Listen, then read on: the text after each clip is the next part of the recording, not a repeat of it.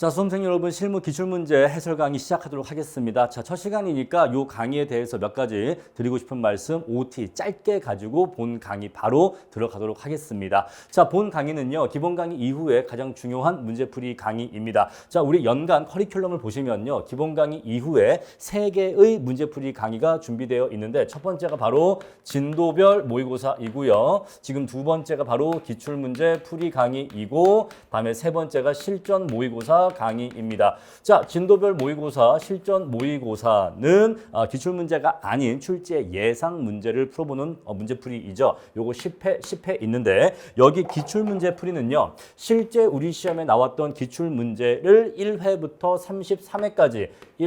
33회까지 거의 대부분의 문제를 풀어볼 것입니다. 그래서 33회 전반에 걸쳐서 기출문제를 풀어보기 때문에 문제 양도 많거니와 게다가 이 기출문제는 우리 시험에 실제로 나왔던 문제이기 때문에 우리 시험의 본 모습입니다. 자, 그래서 기출문제 풀이 강의가 굉장히 중요하다라고 강조드릴 수가 있어요. 자, 스터디 문제보다는 기출문제에 대한 심도 있는 분석이 필요합니다. 자, 제가 그 2차 종합반 오리엔테이션이나 종합반 설명회나 공부 방법 영상에서도 말씀드렸는데, 자, 스터디 문제라고 하는 것은 학원가에서 강사가 만든 문제죠. 자, 학원가의 강사가 만든 문제고 기출 문제는 출제위원이 낸 문제입니다. 자, 당연한 이야기이지만 학원에 계신 강사님보다는 우리 시험 출제위원들이 어떠한 경험과 어떤 그러한 종합적인 자질의 측면에서 더 이렇게 높으신 분들이 많기 때문에 당연히 우리 기출 문제가 더 퀄리티가 높습니다. 자, 그리고 심지어 첫 번째 기출 문제가 퀄리티가 더 높다. 퀄리티 높고 두 번째 정확성이 높아요. 자, 이 말은 다르게 얘기하면 스터디 문제가 기출 문제에 비하면 퀄리티가 낮다라고 얘기할 수가 있어요. 자, 스터디 문제를 내는 강사가 예를 들어서 어떤 그 현업에 대한 경험이 부족하거나 지식이 부족한 경우에 당연히 기출 문제보다 퀄리티가 낮을 수밖에 없고, 또 실제로 저도 학원가에 있었지만 그 기출 문제, 스터디 문제를 그 소위 연구원이라고 해서 단연차, 4년차, 5년차, 6년차 이러한 수험생들 3-4명이 모여서 문제를 내는 경우도 많아요. 근데 그 문제를 낸다는 게 뭐냐면 기존에 있었던 여러 학원의 스터디 문제를 자료를 재조합해서 짝입스해서 재조합하는 거지 어떠한 논리를 생각을 해내서 그 논리를 문제화시키고 그러한 과정으로 문제를 내는 게 아닙니다. 그래서 스터디 문제는 다 비슷비슷하게 나오는 거예요. 왜냐하면 기존에 있던 자료를 재조합해서 내기 때문에 그렇습니다. 그래서 퀄리티가 낮다. 그리고 출제 오류가 있는 경우가 많아서 정확성이 낮다라고 얘기할 수가 있어요. 자, 그래서 스터디 문제 위주로 공부하시면은 잘못된 문제로 공부를 하는 우를 범할 수가 있기 때문에 스터디 문제보다는 기출 문제 위주로 공부를 하셔야 됩니다. 자, 그런데 많은 수험생분들이 학원 스터디를 다니시기 때문에 스터디 문제를 매주 풀다 보니까 스터디 문제가 공부의 중심이 되고 스터디 문제에 함몰되는데 그러면 안 된다. 진짜 우리 시험의 본 모습은 누구다? 바로 기출 문제예요. 아시겠죠? 스터디가 우리 시험의 진짜 모습이 아니라 기출 문제가 우리 시험의 진짜 모습이기 때문에 출제위원급들이 내는 문제에 익숙해지셔야 되고 출제위원들이 사용하는 표현에 익숙해지셔야 돼요. 그래서 기출문제 중심으로 공부를 하셔야 되기 때문에 본, 실무, 기출문제 해설 강의가 굉장히 중요하다라고 말씀드릴 수가 있습니다. 자, 세 번째. 자, 요게 굉장히 중요한 얘기인데 기출문제는 정답이 불명확한 경우가 많아요. 자, 정답이 무엇이 정답인지가 명확하게 파악되지 않는 경우가 많습니다. 다양하게 해석되는 경우가 있어요. 그래서 자, 우리 수험가의 여러 강사님들이 기출문제에 대한 예해를 발표하시는데 자, 강사마다 답안지가 모두 다 상이할 정도로 정답이 명확하지 않은 경우가 있습니다. 자, 우리 이따가 문제풀이 들어갈 건데 첫 번째 문제가 뭐냐면 1회의 1번 문제예요. 자, 우리 오늘 강의의 첫 번째 문제가 1회의 1번 문제인데 자, 이 말은 아주 옛날 문제이면서 아주 기본적인 문제라는 것을 의미하겠죠. 자, 우리 기출문제가 1회부터 33회까지 있는데 그 1회의 1번 문제라고 하면 정말 롱타임 어고 옛날 문제이고 정말 베이직한 기본 문제인데 그런데 이 문제에서도 정답이 무엇인지 명확하지 않은 부분이 나온단 말입니다. 자, 그런 식으로 이것은 우리 실무 문제의 하나의 특징이라든가 한계라고 얘기할 수가 있어요. 자, 그래서 우리 이 부분에 대해서 여러 강사님들의 답안지가 서로 다른 부분이 있다. 자, A는 이렇게, B는 이렇게, C는 이렇게, D는 이렇게 각각의 강사마다 각각의 답안지를 발표할 수 있기 때문에 또 이런 경우가 많기 때문에 이렇게 차이가 나는 부분에 대해서는 왜 이런 차이가 차이가 생길까?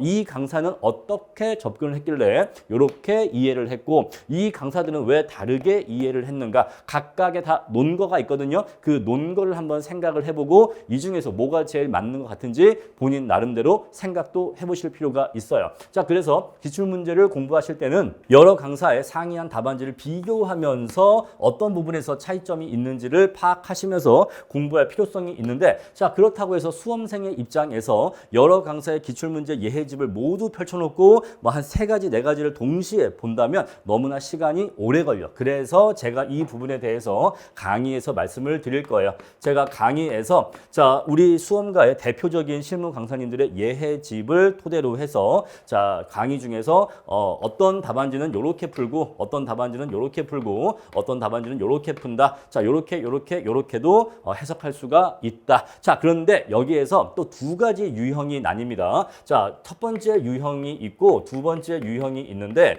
자, 첫 번째 유형은 뭐냐면요. 각각 나름대로의 그 논거가 있는 경우에 각각 나름의 합리성이 있는 경우입니다. 자, 나름의 합리성이 있는 경우야. 자, 이게 무슨 소리인 거 하니?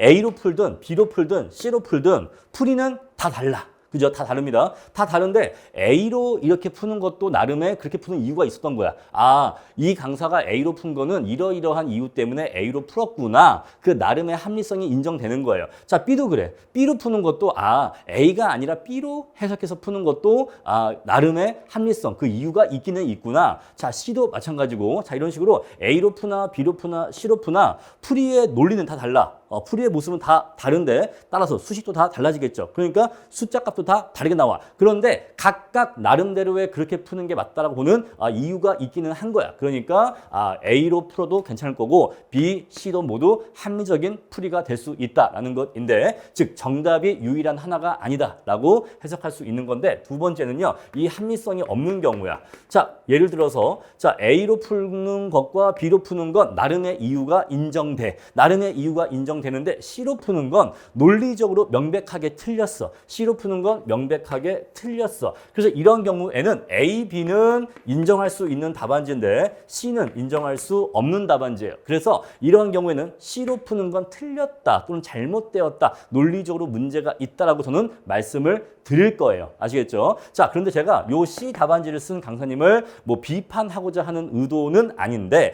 그러한 주관적인 의도는 아닌데 근데 우리가 이 강의라고 하는 것은 지식이라는 것을 전달하기 때문에 논리적으로 틀린 부분은 틀렸다라고 얘기할 수밖에 없어. 아시겠죠? 자, 그래서 그것은 어떤 주관적인 어떤 감정적인 문제가 아니라 우리가 객관적인 지식을 논의함에 있어서 논리적으로 틀린 거는 틀렸다라고 얘기할 수밖에 없다라는 것이에요. 아시겠죠? 자, 그런데 제가 여기에 대해서 인위적인 판단을 내려서 내가 보니까 제가 보기에는 요 A, B는 나름의 합리성이 있는데 C라는 풀이는 틀린 것 같아 라고 제가 생각해서 요 얘기했었을 때 그 판단에 오류가 있을 수가 있어. 그래서 제가 요 C라고 하는 풀이가 틀렸다라는 판단을 틀렸다라고 본다 또는 논리적으로 잘못되었다라고 본다 라고 말씀드릴 때에는 반드시 여기에 대해서 출제위원급 평가사님의 검토가 있었다라는 것을 미리 말씀드립니다. 순수히 저의 경험과 저의 지식 수준에서 제가 자의적으로 판단한 게 아니라 제가 여기에 의심되는 부분 요건 조금 잘못된 거 아닌가? A하고 B까지는 인정할 수 있는데 이 C라는 풀이는 잘못된 거 아닌가? 라는 것에 대해서는 출제위원급 평가사님께 검증을 받아서 그렇다라는 피드백을 받으면 오케이. 그러면 이 C는 잘못된 걸로 확실하게 인정하겠다. 이렇게 말씀드리겠습니다. 아시겠죠? 자, 그래서 기출문제는 정답이 모호한 경우가 많기 때문에 여러 강사님들의 다양한 해설, 다양한 답안이 존재할 수가 있는데 그중에는 나름의 합리성이 인정되는 경우가 있고 그럴 때에는 A로 푸는 이유는 요러한 이유 때문에 푼 것이고 B는 요러한 이유 때문에 푼 것인데 어느 게 정확하게 맞는지는 명확하지 않기 때문에 A와 B 모두 인정된다. 이렇게 말씀드릴 거예요. 그런데 합리성이 인정되지 않는 경우 자, 명백하게 논리적으로 C라는 풀이는 틀려. A와 B는 되지만 C는 틀린 거야 라고 하는 경우에는 이러한 풀이는 문제가 있다라고 말씀을 드릴 거예요. 아시겠죠? 자, 우리 그래서 강의를 어떻게 진행할 거냐면 일단 우리 교재를 이용훈 평가사님의 요 감정평가 실무 기출분석 요 교재로 나갈 겁니다. 그래서 일단은 강의는 이용훈 저의 풀이 내용을 기본으로 풀 거예요. 요걸 기반으로 해서 설명할 겁니다. 일단은 우리가 요 책으로 진도를 나가기 때문에 요 책에 나와 있는 해설에 대해서 설명을 드릴 거예요. 그런데 요 책의 풀이라고 해도 저와 의견이 다른 부분이 있을 수가 있겠죠. 또는요. 자, 우리 시중에 나와 있는 다른 요 해설과 요 교재의 내용이 상이한 부분이 있을 수가 있어요. 그래서 여러분들이 요 교재에 나와 있는 풀이 말고 조금 다른 풀이에 대해서 다른 접근 방법에 대해서 아실 필요가 있는 부분에 대해서는 제가 거기에 대해서 설명을 드리거나 또는 설명으로 충분치 않고 별도의 그 부분에 대한 예시 답안이 필요한 경우에는 그 부분에 대해서만 별도의 프린트물로써 그 해당 부분의 그 실무 해설 답안지죠. 답안지를 나누어 드리는 방식으로 해서 일단은 요 교재의 풀이를 기본으로 공부를 하되 요 교재의 풀이에 조금 더 뭔가 추가를 해야 되거나 좀 더 보충을 해야 될 필요성이 있는 부분에 대해서는 설명을 드리고 또는 필요한 경우에는 프린트물을 드리겠다라는 말씀을 드린 겁니다. 자, 우리 이렇게 수업을 진행할 거고요. 자, 제가 시중에 있는 여러 가지 기출문제 교재 중에서 요 이용훈 평가사님의 교재를 선택한 이유가 있어요. 자, 이 교재는요. 기출 문제가 논점별로 되어 있기 때문에 기출 분석에 매우 좋습니다. 자, 많은 분들이 기출 문제를 푸실 때 연도별 또는 회차별 기출 문제를 푸시는 것을 선호하는데 저는 거기에 거의 동의하지 않습니다. 물론 우리가 몇 년도에 뭐가 나왔고 몇 년도에 뭐가 나왔고 그렇게 해서 각 연도마다 출제의 어떤 유형이 어떻게 바뀌었는지 출제 스타일이 어떻게 변천하여 왔는지 등등을 파악할 때는 연도별로 보는 게 좋기는 해. 근데 우리는 기본적으로 기출 문제를 푸는 이유가 공부를 하기 위해서 기출문제를 푸는 것이거든요. 따라서 공부를 할 때에는 논점별로 공부를 하시는 게 좋은 겁니다. 자, 우리가 만약에 경제학을 예를 든다면 수요의 가격 탄력성이라는 논점을 공부한다면 수요의 가격 탄력성과 관련된 기출문제를 모두 모아서 푸는 게 그 논점을 이해하는 데 도움이 된단 말이에요. 저는 그렇게 생각을 합니다. 자, 우리는 그래서 아직 공부를 하는 단계이기 때문에 공부를 할 때에는 논점별로 유사한 논점의 문제를 모아서 푸는 게 그 해당 논점을 공부하는 더 좋다라고 생각을 하기 때문에 이 교재가 가장 여러분들 공부하시기에 좋은 교재이다라고 생각을 해요. 그리고 이 교재에는 또 한 가지 장점이 있는데 자, 교재 뒤쪽에 보시면요. 이렇게 생생실무라고 해서 그 문제와 관련된 좀 주변적인 또는 배경적인 지식에 대해서 이게 글이 적혀 있는 부분이 있는데 저는 요 생생실무 부분이 요 책의 백미다라고 생각을 합니다. 자, 다른 기출문제 해설서들이 실무 답안지만 쓰고 있는 데 비해서 이 책은 이러한 이 문제와 관련된 배경적인 주변적인 지식까지 충분하게 서술해 주고 계시기 때문에 조금 더 기출문제의 배경 지식을 익히는 데 도움이 된다라고 생각을 해요. 그래서 이 책으로 나가도록 하고요. 자, 다음에 요 강의는요. 우리가 기출문제는 바뀌는 게 아니에요. 그죠? 만약에 14회 기출문제가 시행되었다라고 하면은 10년이 지나든 20년이 지나든 요 14회 기출문제는 바뀐다 안 바뀐다? 문제는 안 바뀐다. 자, 그래서 기본적으로 기출문제는 바뀌는 것이 아니기 때문에 현 강의는 계속 유지를 할 겁니다. 자, 제가 지금 요 강의에서 1회부터 33회까지 기출문제에 대해서 해설 강의를 할 건데 자, 이렇게 강의를 하고 나면 이제 그 이후에 34회 시험이 시행될 것이고 그 다음에 또 35회 시험이 시행되겠죠. 자, 이런 식으로 기출문제가 계속해서 추가가 될 것입니다. 자, 그런데 34회 기출문제가 나왔다고 해서 1회부터 34회까지를 다시 새로 찍고 그 다음에 35회 기출문제가 나왔다고 해서 1회부터 35회까지를 또 다시 찍고 할 필요가 없습니다. 그렇죠? 이해하시죠? 자, 그래서 여기에 대해서 오늘 이번에 이제 촬영을 하고 나면은 이제 이후에 여기 이제 23년도죠.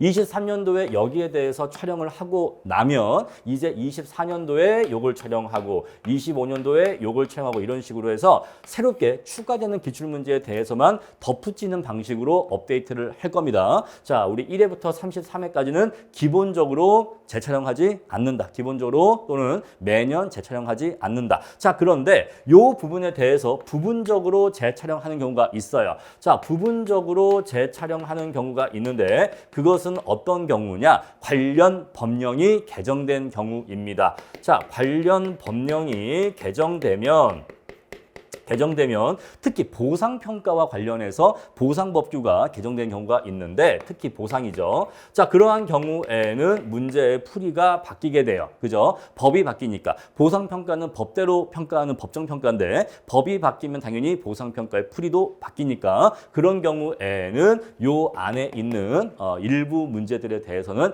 재촬영이 이루어질 수 있다는 거 미리 말씀드릴게요. 자, 그런데 이 범위가 매우 많고 큰 경우에는 그럴 때에는 아주 예외적으로 전체를 재촬영할 수도 있다는 거, 그거는 미리 말씀드리겠습니다. 자, 다음에 7번. 자, 지역적인 시점 수정치, 개별 요인 비교치 등의 이러한 자잘한 수치 계산은 이제 더 이상은 자세히 말씀드리지 않겠습니다. 제가 저 앞에 있는 진도별 모의고사 1까지는 아직은 실무 공부의 초반이기 때문에 제가 시점 수정치나 지역 요인, 개별 요인치 구하는 것도 일일이 좀 세세하게 설명드린 부분들이 많은데 요 강의는 할 게 많아요. 1회부터 33회까지 30회분 이상을 해야 됩니다. 우리 진도별 모의고사는 10회분이었고 뒤에 있을 실전 모의고사도 10회분이지만 요거는 33회분이에요. 그래서 할 게 많기 때문에 자잘한 숫자 계산에 대해서는 설명드리지 않겠습니다.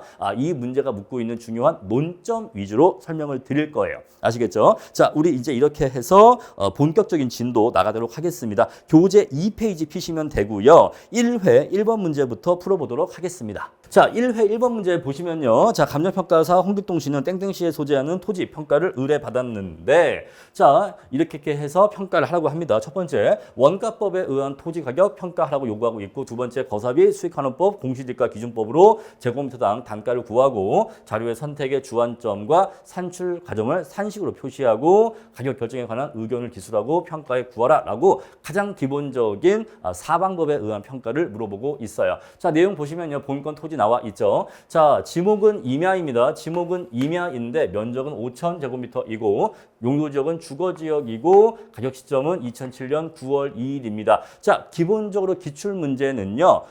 과거에 나왔던 표현 그리고 과거 그 당시 날짜를 그대로 유지한 상태로 문제를 풀도록 하겠습니다. 자, 이것을 인위적으로 요 날짜를 뭐 2023년 9월 2일 이렇게 바꾸지 않고 그냥 그 당시 날짜 그대로 풀겠다라는 거 말씀드릴게요. 자, 우리 그래서 2007년 9월 2일이 가격 시점이고요. 자, 현지 답사 내용 보니까 대상 토지는 도심지로부터 10km 떨어진 시 외곽에 소지하고 있는데 택지 개발 가능한 토지이고 자, 택지 개발 가능한 토지이기 때문에 택지 후보지라는 걸 알 수가 있겠죠. 자, 남향 왕경사지로서 남향이고 왕경사지이고 밭으로 개간하여 사용 중이래요. 자, 공부상 지목은 임야이지만 밭으로 개간하여 사용 중이다 라고 나와 있고 도로는 세로에 접하고 있다라고 나와 있어요. 자, 지목은 임야이고 현황은 뭐예요? 전이에요. 밭이니까 전입니다. 밭전이니까. 자, 우리 그랬을 때 본건의 현황을 이용 상황을 임야로 봐야 돼요? 전으로 봐야 돼요? 자, 공부상 지목과 현실 이용 상황이 상이한 경우에는 본건의 이용 상황을 현실 이용 상황으로 봅니다. 아시겠죠? 그래서 본건의 이용 상황은 전으로 보셔야 돼요. 자, 원래 임야였는데 과거엔 임야였겠죠? 근데 이 임야를 개간을 해서 지금 밭으로 전으로 사용 중인데 지금 이 문제에서 이러한 개간이 불법이다. 그런 말이 나와 있지 않죠. 나와 있지 않으니까 합법적인 개간으로 보아서 자, 지목은 임야로 남아 있지만 본건의 현황은 전으로 보시는 게 맞아요. 아시겠죠? 자, 우리 그래서 공부상 지목대로 평가하는 게 원칙이 아니라 현황대로 평가하는 게 원칙인데 그게 현황평가 원칙인데 자, 그 현황이 불법이면은 그 불법인 현황은 인정하지 않지만 지금 이 문제는 불법이란 단서가 없어. 따라서 본건은 전으로서 평가를 해야 됩니다. 자, 다음 내용 보도록 할게요. 자, 평가의 기초 자료가 있는데 지가 상승률 나와 있고요. 자, 용도 지역별 토지 가격 비준표가 있어요. 자, 상업 지역이냐, 주거 지역이냐, 공업 지역이냐 따라서 용도 지역이 상이함에 따른 보정 수치가 나와 있기 때문에 자, 이러한 수치가 주어져 있으면 무엇을 의미한다?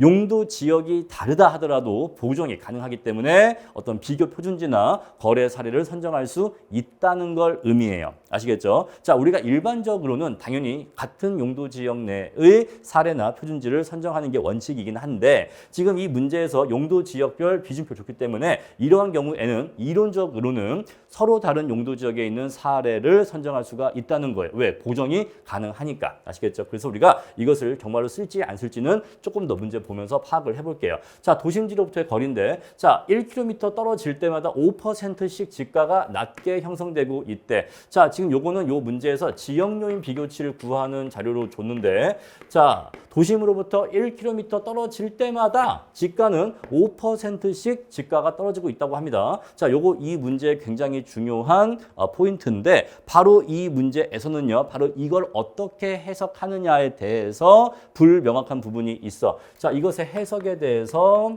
불명확한 부분이 있고, 그래서 여기에 대해서는 또 답안이 달라지는 부분이 있습니다. 이따가 우리 문제 풀 때 말씀드릴 거예요. 자, 공시지가 내용 나와 있는데, 자, 본건의 용도 지역이 주거 지역이었고요. 자, 주거 지역인데 여기 지금 용도 지역 나와 있지가 않아요. 아, 여기 있네요. 주거 지역이라고. 자, 전부 다 주거 지역 내이니까 용도 지역 볼 필요가 없고, 이제 이용 상황 보면 되는데, 본건의 이용 상황이 전이었단 말입니다. 자, 본건의 이용 상황 전인데 여기 전 나와 있죠. 자, 그런데 사실은 이 보시면은 전답 있는데, 자, 전하고 답하고 유사성이 높기는 해요. 하지만 그래도 본건이 전이기 때문에 특별한 이유가 없다면 다른 걸 고를 이유가 없어서 요 2번 표준지를 고르시면 됩니다. 아시겠죠? 그래서 본건의 현황과 정확하게 일치하는 전이 있기 때문에 그냥 2번을 고르면 된다. 굳이 3번을 고를 이유가 없는 거죠. 이해하시겠죠? 자, 우리 그래서 표준지는 2번 고르시면 되고, 자, 용도 지역과 이용 상황 동일한 2번 고르겠다라고 하시면 되는 겁니다.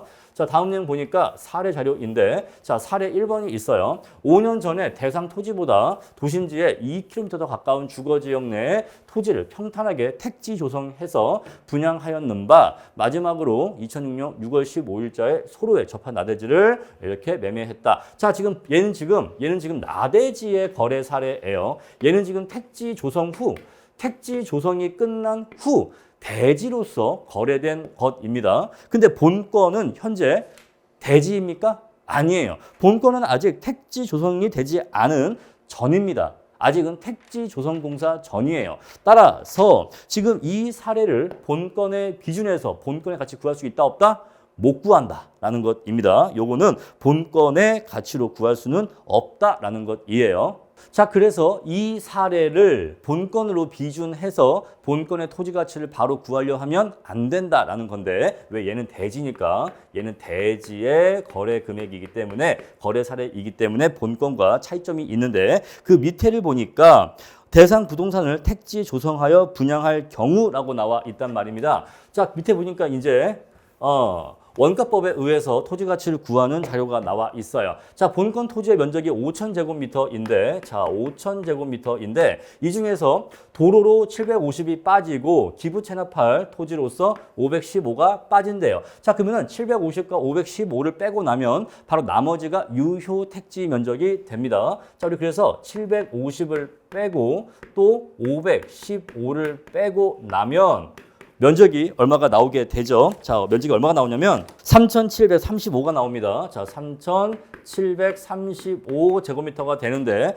자, 보니까 한 개 획지의 최소 면적은 100m 이상이어야 되고 100보다 작은 획지는 존재할 수가 없고, 자, 한 개 획지 면적이 200을 초과하거나 미달하는 경우에는 정상 분양가에서 20%를 할인한대요. 따라서 200제곱미터가 표준적인 획지 면적이기 때문에 얘를 200으로 나눕니다. 200제곱으로 나누면, 자, 몫이 얼마냐면 몫이 18획지가 나오게 됩니다. 그래서 자, 18획지가 나오게 되고 짜투리 획지가 하나 나오게 되는데 그것은 면적이 135가 돼요. 그래서 자, 짜투리 획지 한 개가 나오는데 얘의 면적은 135가 됩니다. 자, 우리 그래서 이 18개의 획지는 정상적인 가격으로 분양할 수가 있는데, 얘는요 0.8을 곱해서 20% 할인된 가격으로 분양을 해야 된다는 거 알 수가 있겠죠. 자, 그리고 분양가는요, 분양가는 자, 우리 방금 앞에서 봤었던 나대지의 거래 사례를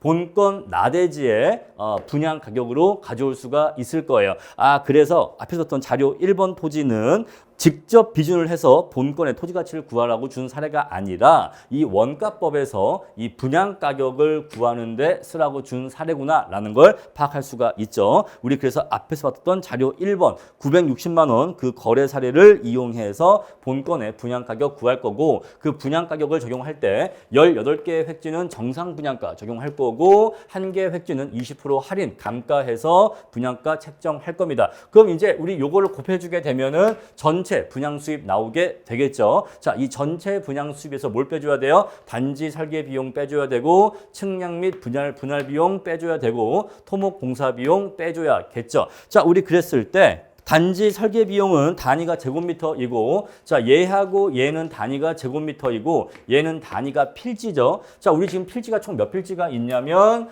정상 필지 18획지가 있고 얘도 1개가 있기 때문에 총 19개의 필지가 있다라고 보셔야 돼요. 여기 이제 곱하기 19 하면 되겠죠. 곱하기 19 하면 되고 자, 얘하고 얘는 제곱미터인데 자, 우리 여기 면적 적용할 때 전체 본건의 전체 토지 면적 5,000제곱미터를 적용해야겠어요? 아니면 유효 택지 면적 3,735제곱미터를 적용해야겠습니까? 바로 여기에서 혼란이 발생할 수가 있어요. 자, 1번 면적을 적용할 수가 있다라고 볼 수도 있고 2번 면적을 적용해야 된다라고 볼 수도 있겠죠. 자, 둘 중에 뭐가 맞냐면 둘 중에는 1번이라고 보시는 게 더 합리적입니다. 아시겠죠? 1번이라고 보는 게 합리적이에요.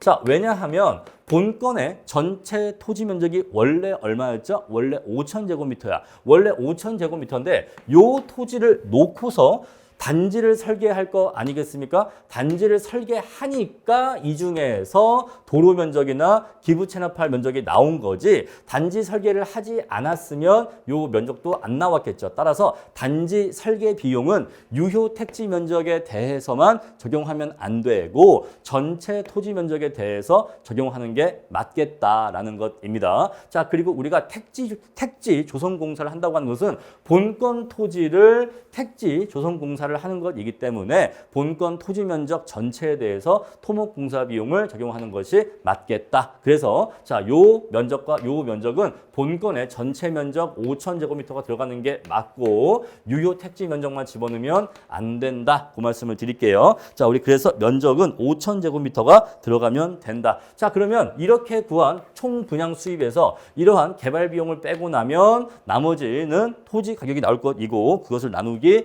면적 해주게 되면은 본건의 토지 단가가 나오게 될 겁니다. 이해하시겠죠? 그렇게 풀 거고요. 잠깐 지울게요. 자, 다음에 사례 자료 3번이 있는데 이것은 도심지로부터 9km 떨어진 토지이고 동향이고 경사지대인 계단식 답이에요. 얘는 전이 아니고 답입니다. 자, 3,000제곱미터를 언제 매매가 했대요. 자, 농로가 개설되어 있다라고 합니다. 자, 농로는요 시골에 그 논밭 사이로 나아 있는 길을 농로라고 합니다. 제가 참고로 지금 사진 하나 띄워 드릴게요. 우리 이런 거 많이 봤죠? 우리 이런 거를 농로라고 합니다. 자, 그렇고요. 자, 공인중개사 의견에 따르면 매매 당시 특별히 게재된 사항은 없다고 한대요. 이 말은요, 특별한 사전 개입은 없었다. 요 얘기입니다. 자, 사례 자료 4번인데, 그러니까 우리 요거 이용해서 비중가액 구하면 되겠죠. 자, 자료 4번은요. 자, 주거 지역 내 평탄한 대지 면적 지상에 이러한 지상 건물 연면적 500제곱미터를 이렇게 해서 연간 사용료 일시불로 임대했다라고 합니다.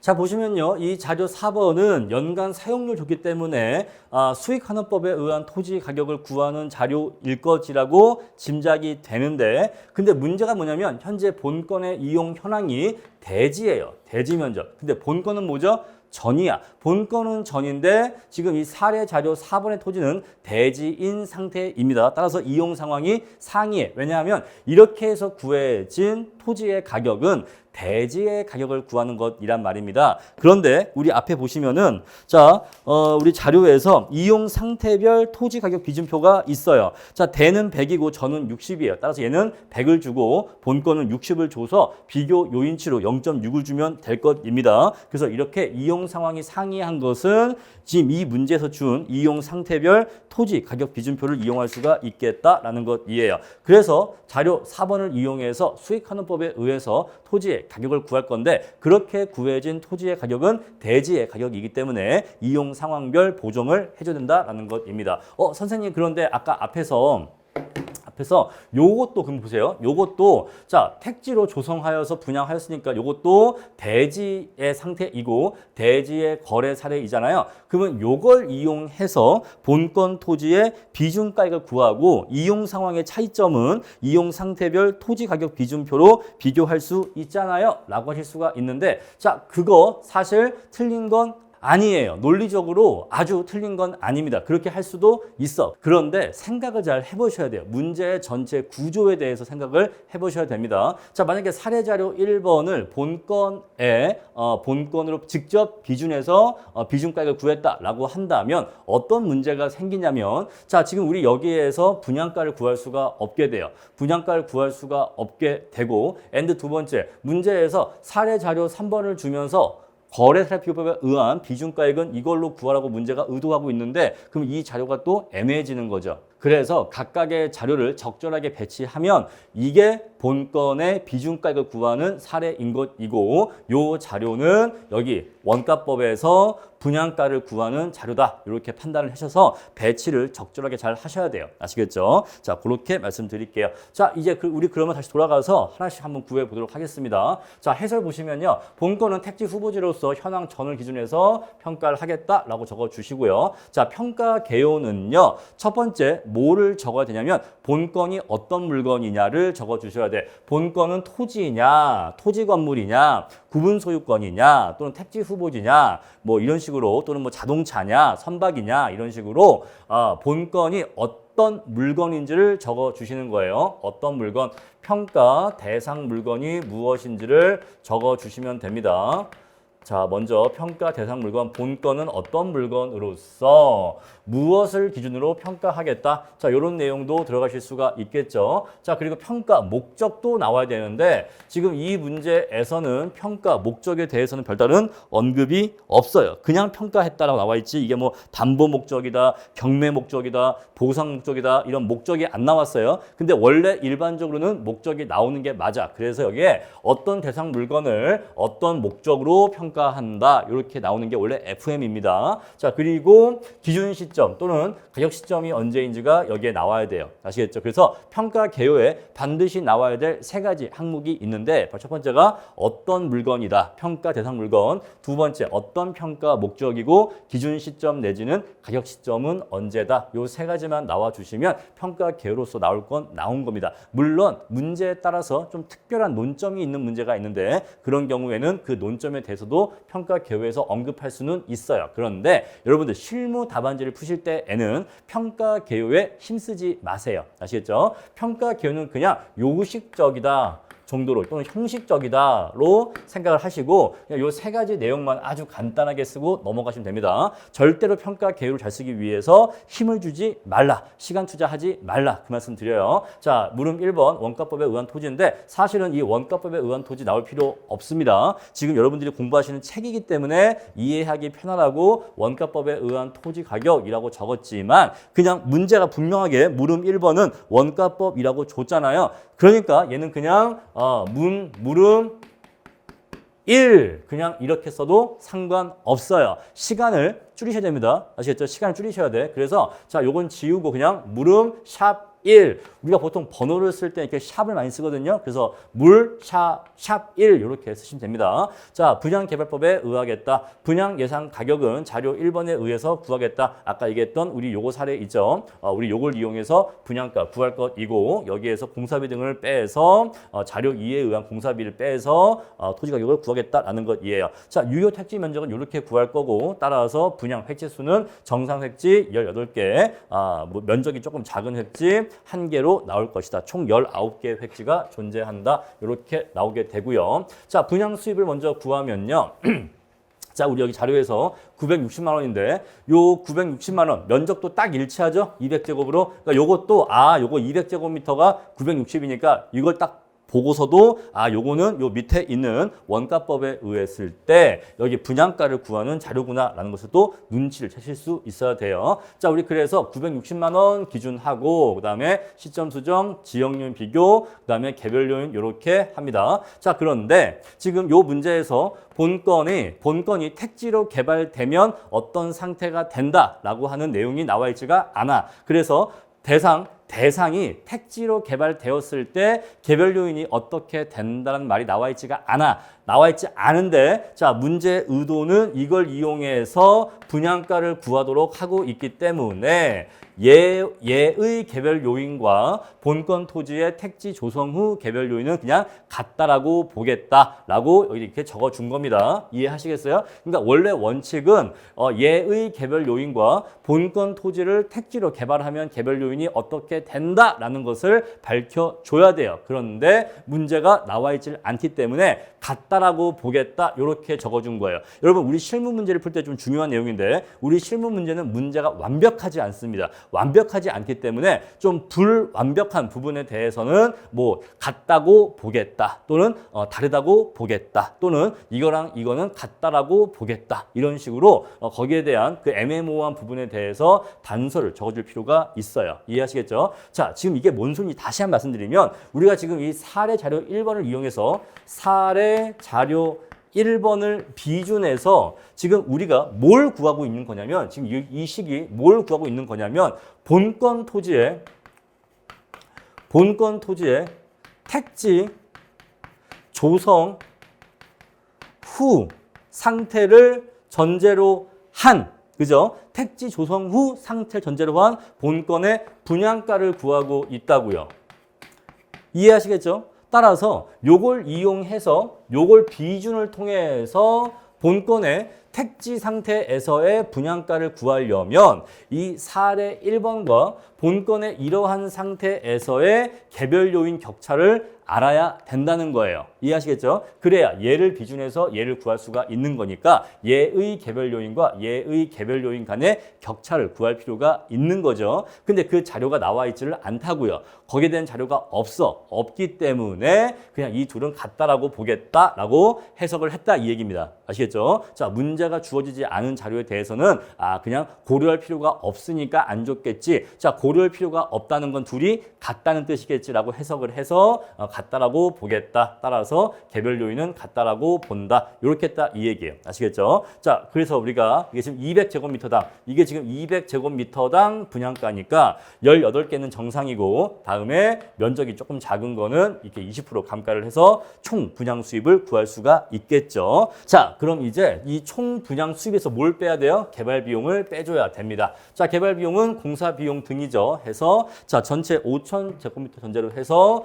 공사 비용 빼주고 자, 이거 19필지를 전제로 해서 개발 비용 구해주면은 자, 전체 분양 수입에서 공사비 등을 빼주면 이제 토지만의 가격이 나오게 되고 여기서 이제 소지 가격이 나오게 되고 자, 우리는 지금 소지 상태의 본건의 토지 단가를 구하는 것이기 때문에 나누기 5천. 자, 소지 면적을 나눠주게 되면 26,000이 단가로 나오게 돼요. 자, 여기에서 유효 택지 면적으로 나누는 게 아닙니다. 우린 지금 택지로서의 단가가 아니라 본건의 현황, 택지 후보지인 전 상태로서의 토지 단가를 구한 것이기 때문에 5천으로 나눠주셔야 돼요. 아시겠죠? 자, 이렇게 해서 풀면 되고요. 자, 그 다음에 물음 2번 거사비에 의한 토지 가격 보겠습니다. 자, 거사비는요, 아까 우리 여기에서 사례자료 3번을 이용해서 구할 건데, 아까 제가 이제 그 말씀을 안 드렸군요. 여기 지역요인 비교, 여기 이제 지역요인 비교 말씀드릴게요. 자, 우리 지금 거래 금액이 5,100만 원이니까 5,100만 원 기준에서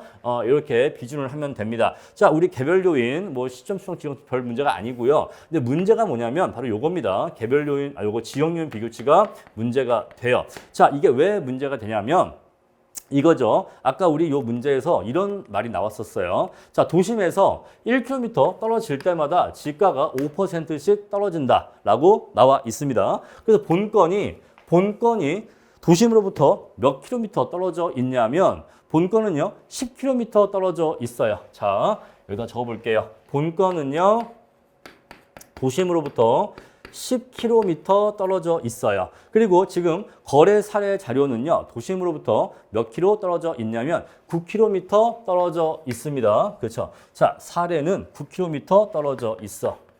그러면 당연히 본건이 도심으로부터 더 멀기 때문에 본건의 토지 단가가 사례보다 더 낮을 거라는 것을 알 수가 있어요. 그렇죠? 자, 그런데 문제가 뭐냐면 도심에서, 자, 여기가 도심인데, 도심에서 1km 떨어질 때마다, 이렇게 얘를 1km라고 할게요.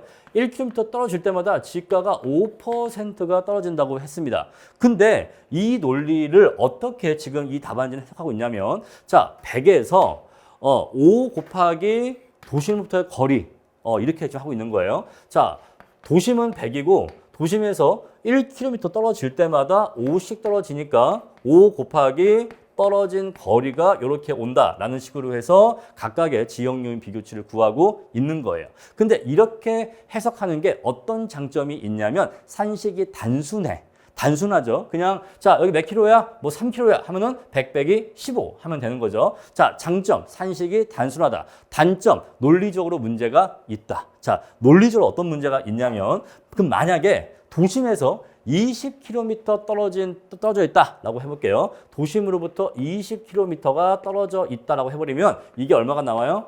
100이 나와. 그러면 땅값이 얼마가 나와요? 0이 나와. 왜? 지역요인 비교치가 0이 나오기 때문에 0이 나오는 거예요. 자, 여기에 아무리 큰 숫자를 집어넣어서 계산해도 이 중간에 0이 한번 나와 버리면 그냥 0이 되는 거죠. 이해하시겠죠? 자, 우리 그래서 도심으로부터 20km가 떨어지면 그 토지는 뭐다? 지가가 얼마다? 0이다. 지가가 없다. 요거 말 돼요? 안 돼요? 말이 안 돼. 저는 그래서 이거는 제 의견인데 자 저는 그래서 요거는 요렇게 해석하면 논리적으로 문제가 있다라고 생각을 합니다.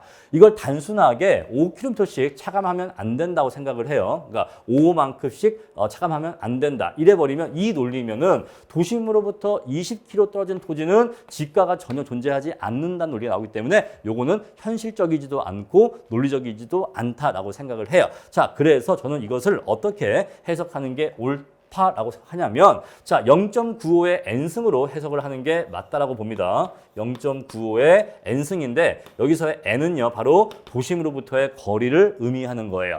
자 우리가 그래서 본건은 10km 떨어져 있죠. 그럼 본건의 지역요인 비교치는 얼마냐면 0.95의 10승이 오는 게 맞다라고 생각을 합니다. 자, 그러면 사례는요. 자, 사례는 0.95가 몇 번 곱해진다? 9번 곱해진다라고 보는 거예요. 자, 1km 멀어질 때마다 5%씩 지가가 하락하는데 이거를 이렇게 정액법의 논리가 아니라 정률법의 논리로 해석하는 게 더 맞다라고 본다 이 얘기입니다. 그래서 여러분 보세요. 요 숫자하고 둘 중에 뭐가 더 클까요?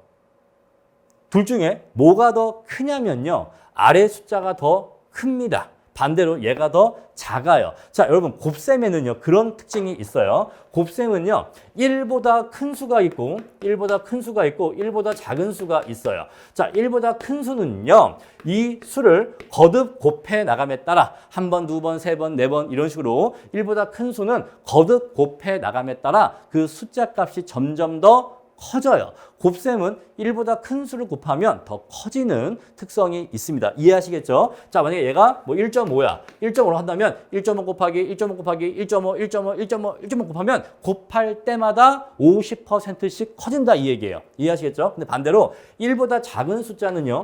곱하면 곱할수록 거듭 곱해 나감에 따라 숫자 값이 점차 작아져요. 얘가 0.5다 한다면 0.5 곱하기 0.5 곱할 때마다 한 번 더 곱할 때마다 절반씩 작아진다 이 얘기예요. 이해하시겠죠? 자, 우리 그래서 1보다 큰 숫자는 더욱 거듭 곱해 나감에 따라 숫자가 점차 커지고 1보다 작은 숫자는 거듭 곱해 나감에 따라 숫자가 작아진다 이 얘기예요. 자, 그래서 얘는 0.95는 1보다 작은 숫자죠. 작은 숫자니까 얘를 10번 곱한 거가 있고 9번 곱한 게 있다라고 한다면 더 많이 곱한 게 작아요. 그래서 자 본건이 도심으로부터 더 멀기 때문에 1km만큼 더 멀기 때문에 요 지역요인 비교치가 더 작게 나오고 사례는 1km 더 가깝기 때문에 얘가 더 크게 나오는 게 맞는 거예요. 이해하시겠죠? 저는 그래서 지역요인 비교치를 요렇게 분수를 해서 요렇게 지역요인 비교치를 하는 게 맞다라고 생각을 해요. 아시겠죠? 자, 수학적으로나 논리적으로나 지역요인 비교치를 이렇게 정액법의 논리로 하기보다는 정률법의 논리로 하는 것이 맞다라고 생각을 하는데 자, 우리 그 여러 강사님들도 논리적으로는 아마 여기에 대해서 부정하지는 않을 거예요. 그런데 왜 그런지는 모르겠는데 본인들의 예시 답안에는 요렇게 푼 답안지는 거의 없어요. 시중 답안지 중에 이렇게 푼 답안지는 거의 없고 거의 대부분이 다 이렇게 풀고 있습니다. 그러니까 왜 이렇게 푸는지에 대해서는 명확한 이유는 없어. 그래서 자, 우리 이렇게 정리할게요. 시중 답안지는 대부분 이렇게 풀고 있다. 그리고 어떤 답안지는 그냥 이렇게 풀고 넘어가고 1번 그냥 이렇게 풀고 그 외에 언급이 없다. 자, 2번은 이렇게 풀기는 푸는데 이론적, 논리적으로는 이렇게도 풀 수 있다라고 언급을 한다. 그 주석에다가 자, 세 번째는 요렇게 푸는 건데 요렇게만 풀어놓은 답안지는 제가 알기로 거의 찾기가 힘든 걸로 알고 있어. 누군가는 있을 수도 있겠지만 이해하시겠죠? 자, 그래서 이걸 어떻게 처리할 것이냐라는 것도 좀 해석이 불명확할 수가 있어요. 아시겠죠? 자, 우리 그래서 이것도 1회 1번 문제인데도 벌써부터 해석이 불명확한 부분이 있다라는 거 말씀드립니다. 아시겠죠? 자, 이렇게 해서 시중에 나와 있는 대부분의 일반적인 풀이와 논리적으로 정확한 풀이에 대해서 말씀을 드렸고요. 자, 다음 내용 보시면요. 수익환원법에 의한 토지 가격 나옵니다. 자, 보시면 여기 사례 자료 4번 이용해서 할 건데 연간 사용료 3,500만 원을 일시불로 임대했다, 받았다라고 나와 있어요. 자, 원래 이 3,500은 총수익이죠. 부동산 전체의 총수익인데 지금 이 문제에서 필요재경비에 대해서 전혀 언급이 없어요. 자, 필요재경비에 대한 언급이 없기 때문에 경비가 없는 걸로 봐서 자, 언급이 없으니까 없는 걸로 봐야겠죠. 따라서 자, 총수익에서 필요재경비를 빼면 그게 순수익인데 필요재경비가 0이기 때문에 결국 총수익과 순수익은 같다라고 볼 수가 있겠죠. 그래서 여기에서 사례의 총수익을 순수익으로 보겠다라고 적어준 거예요. 왜? 문제에서 필요재경비에 대해서 언급이 없었으니까 언급이 없었다는 얘기는 필요재경비가 없다는 것으로 해석을 해서 왜? 있었으면 언급을 했을 텐데 없으니까 언급을 안 했겠지라고 해석을 해서 이렇게 적어준 겁니다. 나의 판단을 또는 나의 처리 방침을 적어준 거예요. 아시겠죠? 자, 문제가 완벽하지 않아요. 따라서 자, 문제에서 가장 좋은 것은 필요재경비는 없다라고 주는 건데 그런 말이 없어. 없는데 필요재경비에 대한 자료가 없으니까 내가 뺄래야 뺄 수가 없죠. 내가 임의로 자, 필요재경비는 전체 총수익의 20%를 보겠다. 이런 식으로 임의로 내가 잡을 수가 없잖아요. 따라서 문제에서 없기 때문에 언급이 없으면 그냥 해당 사항이 없는 걸로 보겠다라고 처리를 하는 게 가장 자연스럽습니다. 아시겠죠? 자, 그리고 본건에 이 순수익을 그럼 이제 이 3,500은 이제 순수익인데 요 순수익을 상각 전으로 볼지 상각 후로 볼지가 좀 문제가 되는데 왜 문제에서 언급이 없잖아요. 이게 상각 전인지 후인지 또 언급이 없는데 자, 우리 이것을 상각 전으로 볼 겁니다. 왜 그러냐면 첫 번째 일반적으로 또는 원칙적으로 순수익은 상각 전으로 해석하는 게 제가 원칙이라고 했죠. 아시겠죠? 자, 원칙은 상각 전으로 보는 게 원칙이에요. 자, 두 번째, 문제가 주고 있는 자료가 건물의 상각전 환원율을 주고 있습니다. 건물의 상각전 환원율을 문제가 주고 있기 때문에 요 환원율과 바로 대응이 되려면 요 순수익도 상각전, 건물이 상각전 환원율이 나와 있기 때문에 이것과 대응하려면 요 순수익도 상각전으로 해석하는 것이 합리적이겠다라는 판단 하에 문제에서 명확히 주고 있지 않지만 이것을 상각전으로 본 거예요. 아시겠죠? 상각전 순수익을 봤습니다. 자, 그럼 이제 여기에서 부동산 전체 순수익에서 건물 기속 순수익을 빼야 되니까 이렇게 해서 건물의 가격을 구하고 곱하기 건물의 상각전 환원율 곱해주면 건물 기속 순수익이 나오게 되고 건물 기속 순수익을 빼주면 토지 기속 순수익이 나오게 돼요. 자, 그렇죠. 근데 이 순수익은 전으로 이용 중인 토지의 순수익이에요. 대지로 이용 중인 상태의 토지기속 순수익이에요. 대지로 이용 중인 토지기속 순수익입니다. 자, 이제 이 토지기속 순수익을 본건으로 기준을 해야 돼요. 자, 본건으로 어떻게 기준하냐면 방금의 토지기속 순수익을 사시지게 해서 이렇게 해서 여기 이용 상황에서 사례는 된데 본건은 전이니까 이렇게 해서 비교 보정을 해서 본건의 토지기속 순수익을 구해야 됩니다. 자, 자, 이 본건의 토지기속 순수익을 토지 환원율로 나눠주게 되면은 토지 가치가 나오게 되는 거죠. 토지 환원율 6%니까 이렇게 환원해주면 토지 가격이 나오게 됩니다. 아시겠죠? 자, 마지막 공시지가 기준법인데 공시지가 기준법은 2번 표준지 기준에서 이렇게 해주면 돼요. 자, 여기에 지역요인 비교치 또 이렇게 하고 있는데 여기에 대해서는 아까 말씀을 드렸으니까 더 언급을 생략하도록 하겠습니다. 자, 그리고 그 밖의 요인 보정치에 대해서도 문제에서 별도의 언급이 없기 때문에 그냥 그 밖에 요인 보정치 없이 1로 처리를 하시면 되겠어요. 자, 이제 이렇게 해서 4가지 방법에 의해서 토지 가격을 모두 다 구했습니다. 자, 그러면 이제 최종 평가 결론을 어떻게 할지를 얘기를 해줘야 되는데 자, 지금 가격 결정에 관한 의견으로서 이러한 내용들 나와 있습니다. 자, 물론 이것도 뭐 나름대로 합리성이 있는 내용입니다만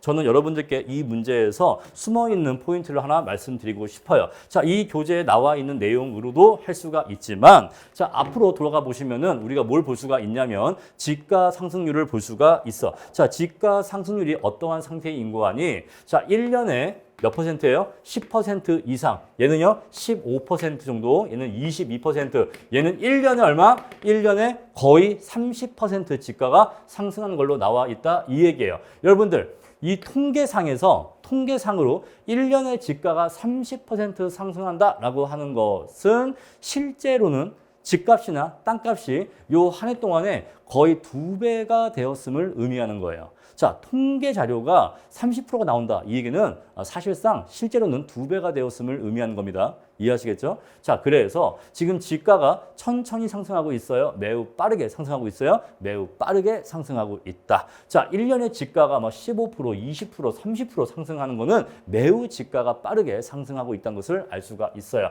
우리 이것을 지가고 현상이라고 얘기할 수가 있겠죠. 자, 지가가 이렇게 빠르게 상승하는 경우에는 비준가액은 매우 빠르게 상승하게 됩니다. 자, 비준가액은 매우 빠르게 상승하게 되는데 자, 수익가액은요 이 속도를 쫓아가지를 못해. 수익가액은 이 속도를 쫓아가지 못합니다. 그래서 기준 시점에서 비중 가격이 수익 가액보다 더 높게 가치가 형성되는 문제가 생겨요. 자, 이런 문제 왜 생긴다? 임료의 지행성 때문에 생긴다. 임료의 지행성. 자, 임료의 지행성이란 자, 임료라고 하는 것은 임대차 계약 기간 동안 묶여 있기 때문에 자, 부동산 가치가 상승한다고 해도 그 임대차 계약 기간 동안에는 임료가 상승하지 않는 현상을 임료의 지행성이라고 해요. 자, 지금 이 문제에서 우리가 가액을 구해 보면 비중가액이 얼마가 나오냐면 비중가액은 31,000원이 나와요. 자, 비중가액 얘가 골뱅이 31,000원 나오고요. 자, 골뱅이라고 하는 이 표시는 제곱미터를 의미합니다. 원 제곱미터. 요 골뱅이는 원 제곱미터를 의미해요. 선생님, 근데 이 골뱅이는 정식 기호가 아니잖아요. 뭐 정식 기호인지 아닌지는 모르겠는데 관행적으로 사용되고 있습니다. 아주 옛날부터. 저도 이렇게 썼고 아시겠죠? 그래서 이렇게 쓰지 마시고 그냥 골뱅이로 쓰세요. 토지 단가는 골뱅이로 쓰는 게 더 보기도 깔끔하고 시간도 아껴집니다. 아시겠죠? 자, 비중가액은 31,000원이고 수익가액은요 18,000원이에요. 수익가액은 18,000원. 딱 벌써 지금 숫자를 보면 감이 오죠? 수익가액이 비중가액의 거의 한 60% 정도밖에 되지 않는단 말입니다. 그죠? 얘가 이거에 60%밖에 되지를 않아.